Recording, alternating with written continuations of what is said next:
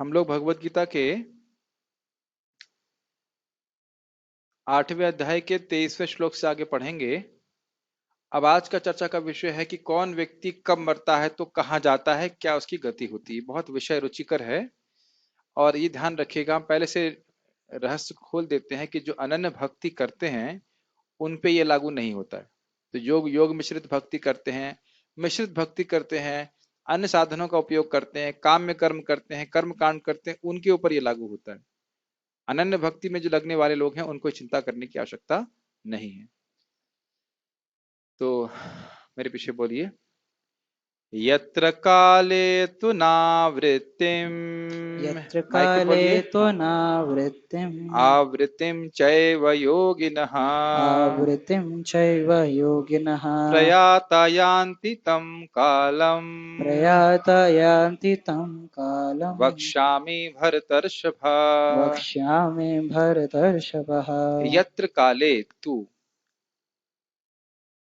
जिस काल में शरीर त्यागने से आवृत्तिम सॉरी तु अनावृत्तिम मतलब जीव वापस जगत में नहीं आता है, और आवृत्तिम मतलब दोबारा इस जगत में जन्म लेगा, ऐसा योगी जो योगी शरीर त्यागता है, इसके बारे में मैं बताऊंगा। प्रयाता यान्ति तम कालम, जिस काल में वह शरीर त्यागता है, ऐसे काल में जब वह शरीर त्यागता है जिसमें अनावृत्ति हो और आवृत्ति हो, इसके बारे में बताऊंगा। मतलब समान शब्दों में कहें, जब एक योगी शरीर त्यागता है तो किस काल में त्यागेगा तो उसकी मुक्ति होगी, और किस काल में त्यागेगा तो उसकी मुक्ति नहीं होगी, इसका वर्णन भगवान यहाँ पे करेंगे। विषय समझ में आ रहा है? ठीक। काफी महत्वपूर्ण है, पढ़ते हैं। हे भरत श्रेष्ठ, अब मैं उन विभिन्न कालों को बताऊंगा जिनमें इस संसार से प्रयाण करने के बाद योगी पुनः आता है अथवा नहीं आता। पुनः आता है का मतलब दोबारा जन्म लेगा, और पुनः नहीं आता है का अर्थ है भगवान के धाम चला जाएगा। गीता भूषण टीका। भगवान ने कहा कि भगवान के भक्त इस जगत में वापस नहीं आते हैं, परंतु जो भगवान से विमुख हैं उन्हें वापस आना पड़ता है। विमुख हैं अर्थात जो भगवान श्री कृष्ण की भक्ति नहीं करते हैं। किस भक्त और काम्य कर्मी जन कैसे भक्त किस नहीं होना चाहिए, कैसे भक्त और काम्य कर्मी जन यात्रा करते हैं जिससे उन्हें वापस नहीं आना या आना पड़ता है। मतलब किस प्रकार से कोई भक्त या काम्य कर्मी का अर्थ है जो कर्मकांड में लगा हुआ है, वह कब शरीर त्यागेगा और उसे क्या गति प्राप्त होगी, कब आएगा कब नहीं आएगा, इसका वर्णन मान लीजिए प्रश्न करें अर्जुन, तो इस पे भगवान ये बातें बोल रहे हैं। अब एक नोट है, यह केवल एक सनिष्ठ भक्त के लिए। सनिष्ठ भक्त कौन होता है? उसकी वर्णाश्रम में बहुत आस्था होती है, वह सोचता है कि वर्णाश्रम के नियमों का पालन करना बहुत जरूरी है, और साथ साथ उसके वह भक्ति भी करता है। पहले वह कर्म योग करेगा, फिर वह ज्ञान योग करता है, फिर अष्टांग योग करता है, फिर क्रमशः भक्ति योग पे आता है। लेकिन जो अनन्य भक्त है वह प्रारंभ से ही केवल भक्ति का ही साधन के रूप में आश्रय लेता है, और उसका उद्देश्य है भगवान के चरण कमलों की प्राप्ति। तो अनन्य भक्त तो अलग हो गए, लेकिन इस व्यक्ति की श्रद्धा क्या है? नहीं, वर्णाश्रम के नियम का पालन बहुत जरूरी है, लेकिन उसको वह वर्णाश्रम के नियमों का पालन वह निष्काम भाव से करता है। तो क्रमशः उसकी हृदय शुद्ध होता जाता है, लेकिन वह उस स्तर में नहीं है, उसको वह फायदा प्राप्त नहीं होगा जो एक अनन्य भक्त को प्राप्त होता है। अनन्य भक्त समझ रहे हैं? ये तो समझ में आ रहा हूँ कि समझ में आ रहा है कि किसी और की भक्ति नहीं करता है, ये तो समझ में आ रहा है, लेकिन और भी कुछ बातें थी। माइक पे बताइए ताकि याद रहे। हाँ, बहुत अच्छा, वेरी गुड। हाँ। वह स्टार्टिंग से ही मतलब अपने मन से, शरीर से, वचन से भगवान की हाँ, भक्ति मन करना। से वचन से शरीर से भगवान कृष्ण की भक्ति करता है। किस लिए? भगवत प्रेम प्राप्ति हाँ, के लिए। भगवत प्रेम प्राप्ति के लिए। बार बार बोलेंगे तो याद होगा, कम से कम थ्योरी तो याद हो जाए, उसके बाद फिर प्रैक्टिकल होगा। ठीक है, तो ये सनिष्ठ भक्त के लिए जो तुरंत। अच्छा, अब एक बात, एक पॉइंट समझ लेंगे तो बाकी सारे श्लोक समझ में आएंगे। जब भी काल की बात की जा रही है, तो ये तो आपको पता होगा कि हर काल का एक देवता होता है। जैसे एकादशी एक दिन होता है, एकादशी के देवता कौन है? भगवान विष्णु स्वयं।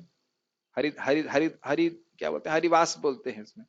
ऐसे ही हर समय का एक देवता होता है। तो जो बोल रहे हैं किस काल में छोड़ेगा, तो उसका अर्थ है किस देवता के अधिष्ठाता समय में वह छोड़ेगा। किस के मतलब उसको जो देवता है, जितनी आगे बातें आएंगी, वो एक जब वो मरेगा तो एक देवता उसको लेके जाएगा जो उस काल का अधिष्ठाता है, सुपरवाइजिंग देवता है, और फिर वो दूसरे देवता को देगा, फिर वो दूसरे देवता को देगा, फिर दूसरे देवता को हैंड ओवर करते करते वह या तो भगवत धाम जाएगा और या फिर वह इस जगत में पुनरावृत्त करेगा। ये सिद्धांत समझ में आ रहा है? जब वो मरेगा तो उस समय का जो काल का देवता है वह उसके अनुसार उसको चार्ज में ले लेगा, कस्टडी में ले लेगा। समझ में आ रहा है? कस्टडी में ले लेगा और उसके बाद फिर वह उसको हैंड ओवर करेगा उच्चतर दूसरे देवता को, फिर और उच्चतर देवता को, और आगे आगे से करके फिर अंत तो कहते भगवान के पार्षद उसे भगवान के धाम ले जाएंगे। ये सनिष्ठ के लिए है, अगर वह ठीक समय पे शरीर त्यागता है। और अगर काम्य कर्मी होगा तो उसको अलग देवता लेके जाएंगे, उच्चतर लोक में लेके जाएंगे, फिर उच्चतर लोक से फिर वो वापस आ जाएगा भोग भोगने के बाद। वो सब आप पढ़ोगे तो समझ में आ जाएगा, लेकिन ये पॉइंट समझ में आ जाना चाहिए। समझ में आ रहा है? ठीक है। काल का अर्थ है काल के अधिष्ठाता देवता। क्लियर? अग्नि और धूम्र का काल से संबंध नहीं है। फिर यहाँ काल शब्द का समान भाव, फिर भी यहाँ काल शब्द का समान भाव से प्रयोग हुआ है, क्योंकि अगले श्लोक में जिन शब्दों का प्रयोग हुआ है उनका संबंध काल से है, जैसे अह, शुक्ल, रात्रि इत्यादि। मतलब आगे के श्लोक में आएगा अग्नि, धूम्र, उस समय कोई शरीर त्यागता है, तो अग्नि और धुएं का काल से कोई संबंध नहीं है। अग्नि का क्या अर्थ हुआ? अग्नि के प्रतिष्ठाता देवता। धुएं का क्या हुआ अर्थ? धुएं के प्रतिष्ठाता अधिष्ठाता देवता। उनके समय में वह अगर शरीर त्यागता है तो उसकी कुछ गति होती है अलग अलग प्रकार से। तो अग्नि का अर्थ क्या लेना चाहिए? अग्नि के देवता। धुएं का अर्थ है धुएं के देवता। दिन का अर्थ क्या है? दिन के देवता। रात्रि का अर्थ क्या है? रात्रि के देवता। इस प्रकार के उनके अधिष्ठाता देवता के समय में कोई व्यक्ति शरीर त्यागता है तो उसको वैसी वैसी गति प्राप्त होती है। कठिन लग रहा है? समझ में आ रहा है? इसको दोबारा कभी मत पढ़ना, तो समझ में आ जाएगा। ये ना समझ में आए तो दोबारा पढ़ना चाहिए, फिर आप दोबारा पढ़ेंगे तो उसके बाद उसको आगे समझ पाएंगे। नोट: मुक्ति के पथ पर दिन, शुक्ल पक्ष और उत्तरायण आदि के संबंध समय से है। उत्तरायण समझते हैं, अभी क्या चल रहा है? दिन समझ में आता है, अभी शाम हो रही है ना? हाँ, दिन समझ में आता है। शुक्ल पक्ष समझ में आता है, ये सब शब्द यूज होंगे। शुक्ल पक्ष और कृष्ण पक्ष समझ में आता है? किसको नहीं आता है? जब चंद्रमा पूर्णमासी की अवस्था में होता है उसके बाद नेक्स्ट 15 दिन उसके बाद वह कम होता हुआ दिखता है, तो उसको कहते हैं कृष्ण पक्ष। और उसके बाद अमावस्या से लेकर पौर्णमासी तक वह बढ़ता जाता है, इसे कहते हैं शुक्ल पक्ष। स्पष्ट? उसके बाद उत्तरायण आप समझते हो, उत्तर की ओर। हाँ ठीक है, मतलब जब हमारा यहाँ पे गर्मी वाला समय होता है, 6 महीने जो गर्मी वाले समय होते हैं, जनवरी 22 से लेकर के कब तक होता है? 21 जून तक होता है ना, जो भी है, जनवरी, फरवरी, मार्च, अप्रैल, मई, जून, हाँ 6 महीने हो गए, तो 22 जून तक उत्तरायण कहा जाता है। और 22 जून से लेकर के अगले जनवरी तक जो है ये दक्षिणायन कहलाता है। इस प्रकार से मकर संक्रांति। ठीक, ये समझ में आ रहा? तो इन सब समयों में जब शरीर त्यागेगा तो मुक्त होगा, तो उसको हम पढ़ने वाले हैं। और निवर्तन के पक्ष भी रात्रि, कृष्ण पक्ष और दक्षिणायन का संबंध समय से है। अग्नि, प्रकाश और धूम्र का समय से कोई संबंध नहीं है, लेकिन इसका अर्थ यह है कि ये सब अधिष्ठाता देवता है उस समय। ठीक है, धूम्र का देवता कौन है अभी देखते हैं, टीका में कुछ लिखा हो तो बताएंगे। धूम्र मतलब धुआं। तात्पर्य, तात्पर्य कोई भक्त पढ़ सकते हैं? तात्पर्य: परमेश्वर के अनन्य पूर्ण शरणागत भक्तों को इसकी चिंता नहीं रहती कि वे कब और किस तरह शरीर को त्यागेंगे। हाँ, क्योंकि जो शुद्ध भक्त है, मैंने अभी बताया था ना आपको शुरुआत में, है कि जो व्यक्ति अनन्य भक्ति में लगा, जैसे आप सब लोग अनन्य भक्ति में ही लगे हो, ऐसा नहीं कि वर्णाश्रम के नियमों में आपकी श्रद्धा है, स्वाभाविक सी बात है। भगवान का नाम जप करना, भगवान का प्रसाद खाए, जप करे, कथा सुने, यही उसका साधन है, यही जीवन है उसका। मैं कृष्ण का दास हूं, मुझे कृष्ण की सेवा करनी है, यही अनन्य भक्ति।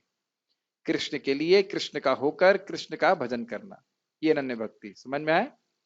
ये बात थोड़ा ध्यान रखिए कि ये बात में हमको इस आइडेंटिटी में, इस पहचान में स्थित होकर भजन करना है। जब हम जप करने बैठे हैं या भक्ति कर रहे हैं, जैसे मैं प्रवचन कर रहा हूं, कुछ भी हो, ये हमेशा स्मरण करना चाहिए, एक क्षण के लिए कम से कम स्मरण करना चाहिए प्रवचन के पहले या कोई भी सेवा से पहले, कि मैं भगवान का दास हूं और ये भगवान की प्रसन्नता के लिए कर रहा हूं, कृष्ण के लिए, कृष्ण का होकर कृष्ण का भजन करना, ये अनन्य भक्ति है। समझ में आ रहा है? कृष्ण के लिए, क्षमा कीजिएगा, कृष्ण का होकर, याद रखना, ठीक है मैं अपने स्वरूप को भूला हुआ हूं, लेकिन ये याद रखूं बुद्धि के द्वारा कि मैं कृष्ण का हूं, कृष्ण के लिए, कृष्ण का। जैसे एक सिंपल सी बात प्रभुपाद उदाहरण देते हैं कि जब किसी स्त्री की किसी पुरुष से अरेंज्ड मैरिज होती है, अरेंज, स्पेशली अरेंज मैरिज, और पहले समय में स्वाभाविक रूप से ये एक मतलब जो माता जी हैं, स्त्री हैं, उनकी भावना ये रहती है कि ये मेरे पति हैं और मैं इनकी पत्नी हूं। किसकी पत्नी हूं? इनकी पत्नी हूं। संबंध स्थापित हुआ। अब मेरा कर्तव्य है इनके लिए सेवा करना और इनकी सेवा करना, इनकी मतलब पति की। माता जी मैं सही बोल रहा हूं ना? है कि नहीं? स्वाभाविक है कि नहीं? मेरी शादी इनसे हुई है, मैं इनकी पत्नी हूं, मेरा कर्तव्य है इनकी सेवा करना और इनकी प्रसन्नता के लिए सेवा करना।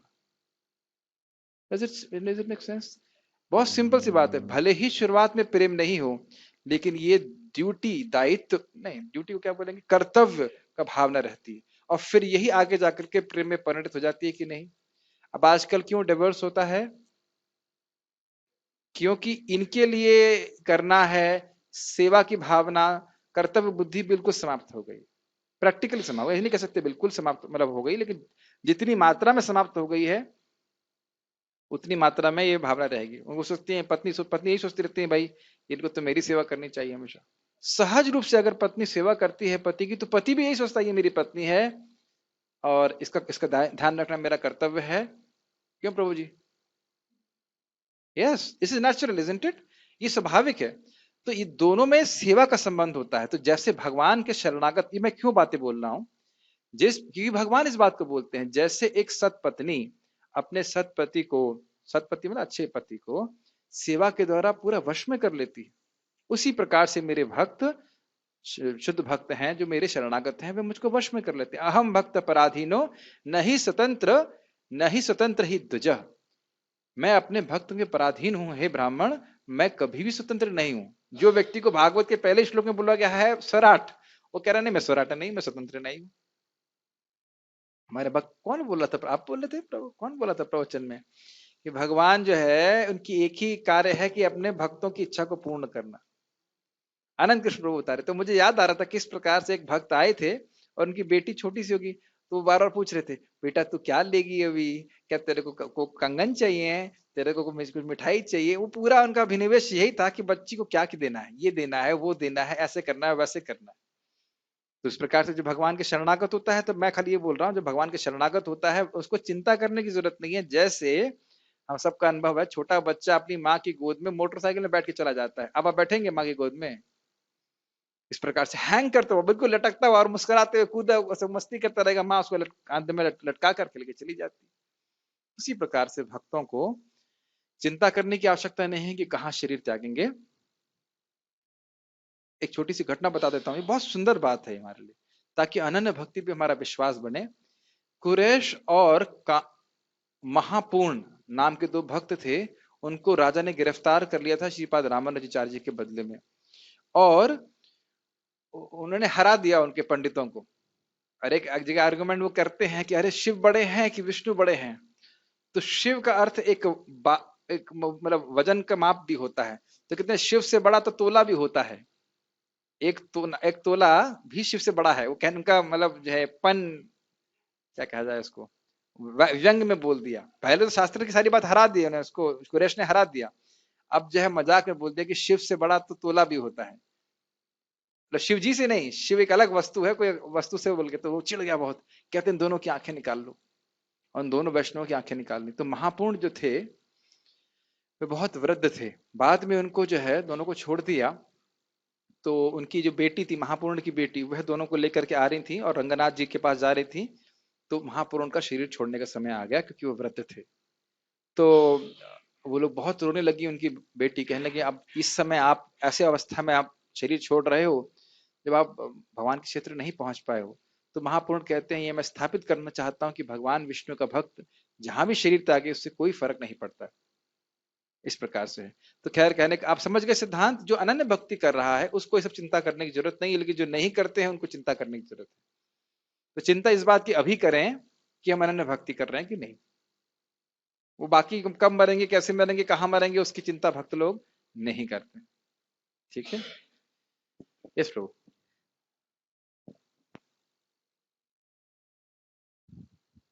प्रभु जी भीष्म पितामह तो भगवान का अनन्य हाँ भक्त मुझे पता था कि ये प्रश्न आएगा कि भीष्म पितामह तो उत्तरायण की प्रतीक्षा कर रहे थे। वो उत्तरायण की प्रतीक्षा नहीं कर रहे थे, वो कृष्ण की प्रतीक्षा कर रहे थे। उनकी इच्छा थी कि वह कृष्ण के सामने, हाँ बहुत सुंदर, एक भक्त ने बहुत सुंदर बात बताई थी कि भीष्म पितामह उत्तरायण की प्रतीक्षा क्यों कर रहे थे। बहुत सुंदर बात, आप कल्पना नहीं कर सकते, बताई बहुत अच्छी बात थी उन्होंने जी का। उन्होंने कैसे कोट किया जीव गोस्वामी जी को, वो कह रहे थे कि उत्तरायण, उत्तरा का गर्भ, उत्तरा के गर्भ में कौन था? परीक्षित महाराज जी थे कि भगवान कृष्ण भी थे? भगवान कृष्ण भी जाकर के उत्तरा के गर्भ में परीक्षित महाराज की रक्षा करी। तो उत्तरायण मतलब जो उत्तरा के गर्भ से प्रकट हुए यानी कृष्ण की प्रतीक्षा कर रहे थे। इस प्रकार से उन्हें अर्थ दिया। क्या तो आचार्यों की रेंज होती है, अद्भुत है कि उत्तरा के गर्भ से तो कृष्ण भी प्रकट हुए, क्योंकि कृष्ण के पर उसमें शयन किए थे। उत्तरायण जिसमें शयन किए थे, जैसे नारायण जल में शरण, जल में रहने वाले, तो उत्तरा के गर्भ में रहने वाले भगवान कृष्ण उसकी प्रतीक्षा कर रहे थे। और वस्तुतः बात यही थी कि वह भगवान कृष्ण की प्रतीक्षा कर रहे थे। और भगवान कृष्ण ने युधिष्ठिर महाराज को मोह इसीलिए उत्पन्न किया कि कहे अरे युधिष्ठिर भैया आप मुझसे नहीं समझ पा रहे हो तो चलिए भीष्म पितामह को तो मानते हैं, भीष्म पितामह से जाकर सुनिए। ये सारी भगवान की व्यवस्था थी ताकि वह भगवान को देख सके। और भगवान भी उनके चरण कमलों के पास में जाके खड़े रहते हैं, क्योंकि वंशज में आते हैं ना ऐसे करके। तो एकदम उसमें स्पष्ट लिखा है कि जो अपनी वाणी को, मन को सीमित करके वह भगवान के चरणों को देख रहे हैं, मुख को देख रहे हैं, देख के वह शरीर त्याग देते। ठीक है, अच्छा प्रश्न था। वे सब कुछ, यस प्रभु, माइक पे बोलिएगा, माइक दीजिए प्रभु जी को। जो हमारे शास्त्र श्लोक जो है, हम जैसे हम ये भगवत गीता यथारूप कह रहे हैं, हाँ ये भीष्म पर्व क्यों कहा जाता है? अरे छोड़िए अभी इसके बारे में, पढ़िए। भीष्म पर्व से आपका प्रश्न है अच्छा, लेकिन थोड़ा आउट ऑफ कंटेक्स्ट। लेकिन भीष्म पर्व इसलिए कहा जाता है क्योंकि जब भीष्म पर्व में, जब भीष्म धराशायी हो गए तब उनने प्रश्न किया, अरे भीष्म धराशायी हो गए, तब उनने भगवत गीता पूरा मतलब पूरा प्रवचन सुना। इस प्रकार से ये बात है। संवेता मतलब क्या हुआ, जब उन्हें सुना कि भीष्म पितामह मारे गए, तब उन्हें प्रश्न किया कि क्या क्या किया मेरे बच्चों ने। लेकिन वो अलग पॉइंट है। तो आप समझ रहे हैं, अनन्य अनन्य भजन से व्यक्ति को चिंता करने की आवश्यकता नहीं कि कब वह शरीर त्यागेगा। यस, वे सब कुछ कृष्ण पर छोड़ देते हैं। और ये काफी अच्छा होता है ना। प्रभुपाद जी इसको बहुत अच्छी तरह समझाते हैं। मान लीजिए आपको कोई आयोजन करना हो, कोई व्यक्ति ये बोले अरे आप चिंता क्यों करते हैं, सब कुछ मेरे पे छोड़ दीजिए, मैं कर लूंगा, आप क्यों टेंशन ले रहे हैं, तो टेंशन छूट जाती है कि नहीं। प्रभुपाद जी प्रवचन में बोलते हैं। तो आप शरण लीजिए भगवान की, बाकी सब कुछ भगवान व्यवस्था कर देंगे। क्यों भाई, समझ में आ रही बात नहीं? शरण लेना हमारा काम है, कृपा करना, रक्षा करना भगवान का काम है। और भगवान सत्य संकल्प है, वह किसी, उनका संकल्प कभी नष्ट नहीं होता है। ठीक है, और इस तरह सरलता पूर्वक प्रसन्नता सहित भगवत धाम जाते हैं। किंतु जो क्यों अनन्य सरलता पूर्वक? आपको चिंता करने की जरूरत नहीं, कहां मरोगे, कैसे मरोगे, और ये जानते हैं कैसे मरेंगे, नहीं पता। भक्त लोग हमेशा सोचते हैं इस प्रकार से, अरे मैं भगवान के धाम में ही मरूं, भगवान का स्मरण करते मरूं। स्वाभाविक इच्छा है, अच्छी बात है, क्योंकि वह अपने, उनको डर लगा ही रहता है, अरे भाई हम तो योग्य नहीं भगवान के धाम जाने के।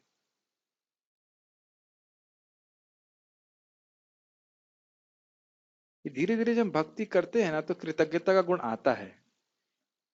किसी भक्त से गलती होती है तो व्यक्ति ये सोचता है कि नहीं कोई बात नहीं, गलती करी तो करी, लेकिन उसके इसमें इतनी सेवा करी है, उसको ही देखता है व्यक्ति। ये आप अपने जीवन में स्वयं अपने हृदय में देखेंगे, जैसे जैसे भक्ति बढ़ेगी तो हमको समझ में आने लग जाएगा कि अरे जो भी भक्त ने गलती करी, कुछ ना कुछ उसने हरिनाम जप तो किया। Make sense? यस। तो भगवान भगवान में कितना ये है, असीमित मात्रा में। यस। किंतु जो अनन्य भक्त नहीं है और कर्म योग, ज्ञान योग तथा हठ योग जैसी आत्म साक्षात्कार की विधियों पर आश्रित रहते हैं, उन्हें उपयुक्त समय में शरीर त्यागना होता है, जिससे वे आश्वस्त आश्वस्त हो सकें कि इस जन्म मृत्यु वाले संसार में उनको लौटना होगा या नहीं। ठीक है, ये समझ में आ रहा है पॉइंट? तो इससे आप क्या सीख रहे हो? इससे ये सीख रहे हैं कि न तो कर्मयोग करने की जरूरत है, न हठ योग करने की जरूरत है, न कुछ करने की जरूरत है। क्या करना है? भक्ति योग। ये समझ में आ रहा है बात? आप ये देखो, भगवान जो भागवत में बोलते हैं वो जीते भी हैं। कहते हैं कि जो मेरे भक्तों को प्रसाद खिलाता है घी डाल करके, वो बड़ा मुझे प्रसन्न करता है। तो ये बताइए कि क्या रोज सुबह जो ब्रेकफास्ट बढ़िया मिल रहा है वो किसकी व्यवस्था है? करणामृत प्रभु तो है ही, लेकिन भगवान की व्यवस्था भी तो है ना। भगवान उनको प्रेरणा दे रहे हैं कि भाई भक्तों की सेवा करो, है कि नहीं? एकदम प्रत्यक्ष दिख रहा है कि मैं तो बार बार ये बात बोल रहा हूँ, प्रत्यक्ष देखिए बाकी के लोग कितने परेशान है लॉकडाउन में, है ना? आप लोग कोई परेशानी है? कोई परेशानी नहीं। अब तो ये लग रहा है कि लॉकडाउन थोड़ा चली जाए तो कोई दिक्कत नहीं, प्रसादम आता रहे और आता रहेगा, आता रहेगा, क्योंकि कृष्ण को प्रसन्न करने का कार्य हो रहा है। This is the most important point. Krishna को प्रसन्न करने का कार्य हो रहा है। जप कर रहे हैं भक्त, भक्ति कर रहे हैं, कीर्तन हो रहा है, कथा हो रही है, ये कृष्ण को प्रसन्न करने वाला कार्य हो रहा है। अब जो भी है, लेकिन भक्त लोग आ रहे हैं, भक्त लोग ये इतना प्रसन्न करता है कि बस। प्रभुपाद जी बोलते हैं बहुत मजेदार तरह से, कहते हैं भगवान देखते हैं, अरे इस जगत में कोई तो गीता पढ़ नहीं रहा है, अरे मेरा बच्चा गीता पढ़ रहा है, वेरी नाइस। ये भगवान का भावना है, तेषाम ज्ञान नित्य युक्ता। तो इसलिए स्वाभाविक रूप से अपने जीवन में देखेंगे, पहले विश्वास नहीं होता है, लेकिन धीरे धीरे देखेंगे कठिन से कठिन परिस्थिति में भी भगवान कुछ रक्षा कर लेते हैं अपने भक्तों की। चिंता करनी नहीं चाहिए। यस।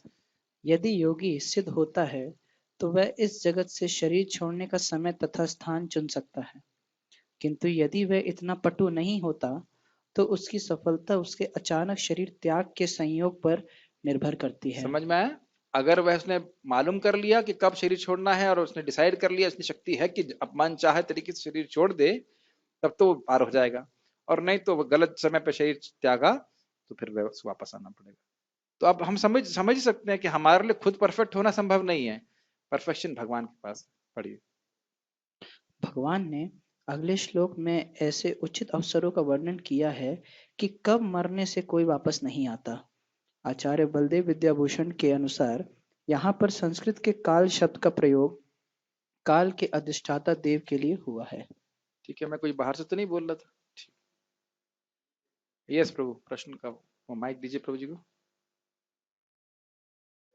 माइक पे बोलिए, माइक पे बोलिए। भगवान विष्णु जो हाँ। थे वो काल के देवता एकादशी के लिए हैं। हाँ, है ना? वैसे सभी कालों के देवता है। हाँ, सभी कालों के फिर भी एक एकादशी मुख्य के रूप से लिए एकादशी। हाँ। भगवान विष्णु। हाँ।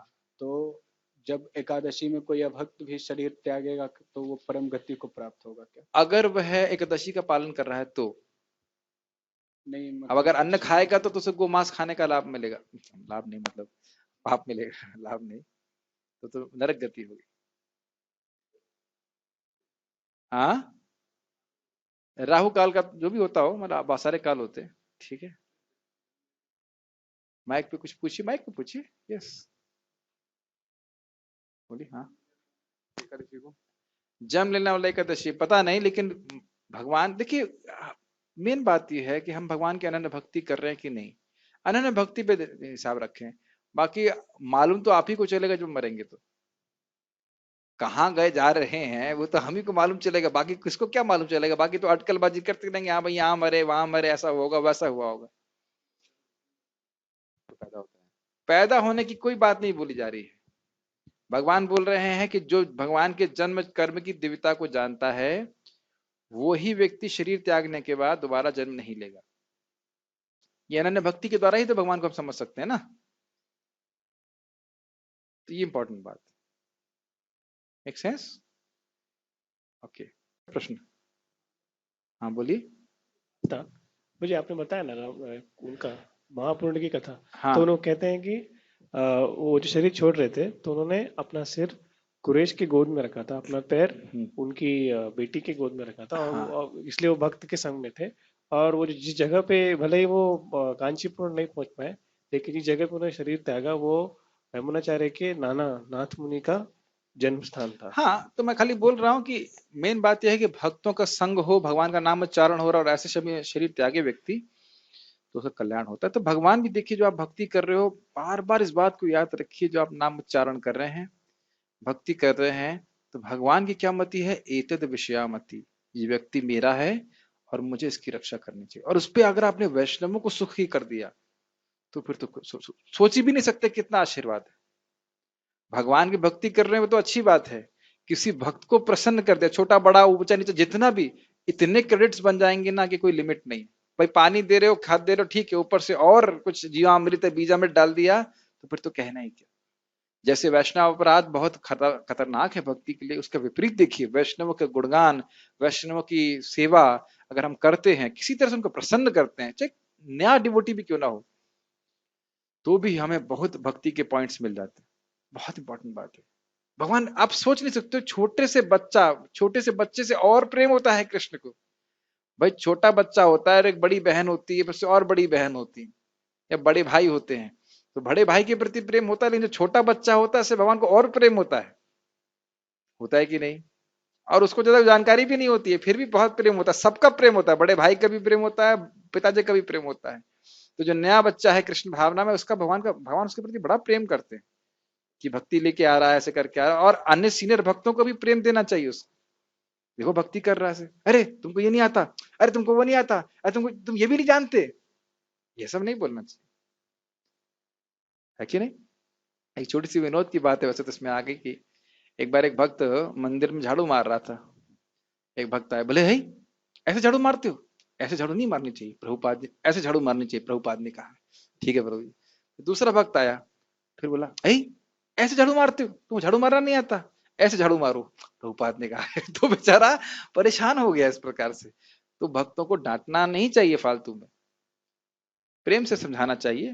जैसे महाप्रभु बड़ा अच्छा समझाते हैं, जो सफाई हो रही थी गुंडीचा मर्जन की, एक व्यक्ति उसमें भी ढीठ था, ठीक से सफाई नहीं कर रहा था, तो महाप्रभु उनके पास गए, कहा, आप तो बहुत सबसे अच्छी सफाई करते हैं, आप अन्य लोगों को क्यों नहीं सिखाते इस प्रकार से? बेचारा पानी पानी हो गया, फिर वह ठीक से सेवा करने लगा इस प्रकार से।